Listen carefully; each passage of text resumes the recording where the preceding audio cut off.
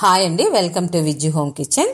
ఇవాళ వంకాయ తవా ఫ్రైని 5 నిమిషాల్లో టేస్ట్గా ఎలా తయారు చేసుకోవాలో చూపిస్తాను. ఇది పప్పుచారు, సాంబారు, రసం ఎందులోకైనా బాగుంటుందండి.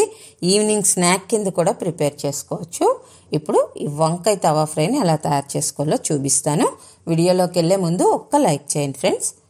ముందుగా వంకాయని తీసుకోండి. ఇది నల్ల వంకాయ అయితే బెటర్ అండి. ముందుగా వాటర్లో నీట్గా క్లీన్ చేసి పెట్టుకోవాలి, ఎందుకంటే కట్ చేశాక వాటర్లో వేయకూడదు. ఇప్పుడు దీనికోసం మసాలా పేస్ట్ని రెడీ చేసుకుందాం. 2 టీ స్పూన్స్ కారం వేసానండి. ఇది నేను ఇంట్లో తయారు చేసుకున్న కారం. అలాగే 1 టీ స్పూన్ పసుపు, 1 టీ స్పూన్ ధనియా పౌడరు, 1/2 టీ స్పూన్ జీరా powder, 1 teaspoon garam masala powder వేసుకోండి. అలాగే రుచికి సరిపడా సాల్ట్ని వేసుకున్నాక 1 టీ స్పూను కార్న్ఫ్లోరు, 2 టీ స్పూన్లు అల్లం వెల్లుల్లి పేస్ట్ వేసుకోవాలి. ఇలా వేసాక ఇంగ్రీడియంట్స్ అన్నీ బాగా మిక్స్ చేసుకోండి ఫ్రెండ్స్. ఈలోగా ఈ వీడియోకి ఒక్క లైక్ చేయండి ఫ్రెండ్స్. ఇప్పుడు ఇలా మిక్స్ చేసుకున్నాం కదా, కొంచెం వాటర్ని యాడ్ చేసుకోండి. మరి పేస్ట్ లూజ్గా కాకుండా టైట్గా కాకుండా మీడియంగా రెడీ చేసుకోవాలి ఫ్రెండ్స్. అలాగే కొత్తగా ఎవరైనా మన ఛానల్లోకి వచ్చి చూస్తున్నట్లయితే సబ్స్క్రైబ్ చేసుకొని చూడండి ఫ్రెండ్స్. మీరు సబ్స్క్రైబ్ చేసుకొని చూడడం వల్ల ఈ వీడియో ఇంకొంచెం మందికి ప్రమోట్ అయ్యి నాకు రీచ్ వచ్చే అవకాశం ఉంటుంది. చక్కగా సరే ఈ విధంగా పేస్ట్లా రెడీ చేసుకొని పక్కన ఉంచుకుందాం.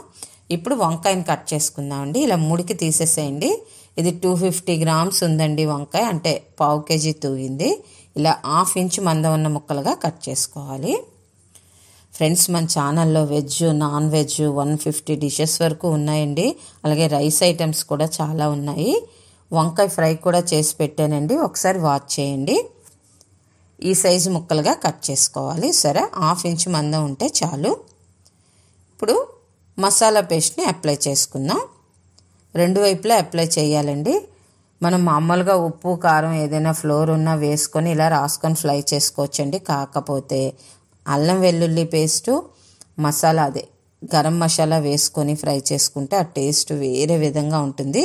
అలాగే వంట వచ్చిన వాళ్ళు, రానోళ్ళు, బ్యాచిలర్స్ ఎవరైనా ఈ రెసిపీని ట్రై చేయొచ్చు. చక్కగా ఇలా బోత్ సైడ్స్ రాసుకోండి. మన స్నాక్ కింద అయితే మాత్రం ఒక 2 టేబుల్ స్పూన్స్ ఎక్కువ వేసుకోవాలండి. ఫ్లోర్ ఏదైనా, వరిపిండి అయినా శనగపిండి అయినా. ఇప్పుడు ఇలా రాసుకొని ఒక ప్లేట్లోకి తీసుకున్నాం కదా, ఒక 10 నిమిషాలు పక్కన పెట్టుకోండి. 10 నిమిషాల తర్వాత స్టవ్ మీద ఇలా తవా పెట్టుకొని 1 టీ స్పూన్ ఆయిల్ వేసుకోండి. ఆయిల్ అంతా కూడా స్ప్రెడ్ చేసుకోండి తవా అంతా. ఇక్కడ ఫ్లేమ్ మీడియంలో ఉంచుకొని తవాని 8 మినిట్స్ హీట్ చేయాలండి.